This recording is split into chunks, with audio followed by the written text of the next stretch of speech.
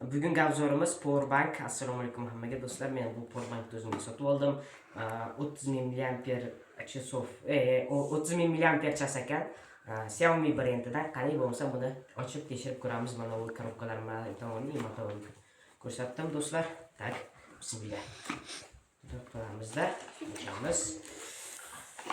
Chiqarib olamiz ekan, keyin buni hoppa. Tak, bunday qilamiz ekan. Hoppa. Bunisini qo'yib turamiz. Keyin yana nimasi chiqar ekan?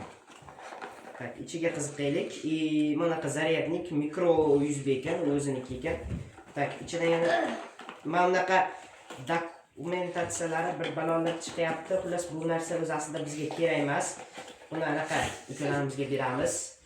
O'ynab nima qilishaveradi? Mana olib o'ynashadi. Xullas nima qilamiz?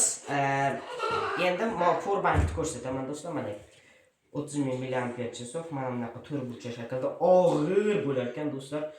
Mana ko'rishingiz mumkin. Narxi bo'lsa $25 atrofida do'stlar. Salomat bo'ling. Keyingi obzorlarda ko'rishguncha, Powerbank yoqayotgan bo'lsa olishingiz mumkin. Zakaz qilishingiz mumkin yoki nima qilishingiz mumkin do'stlar. Mana shunaqa narsalar chiqdi.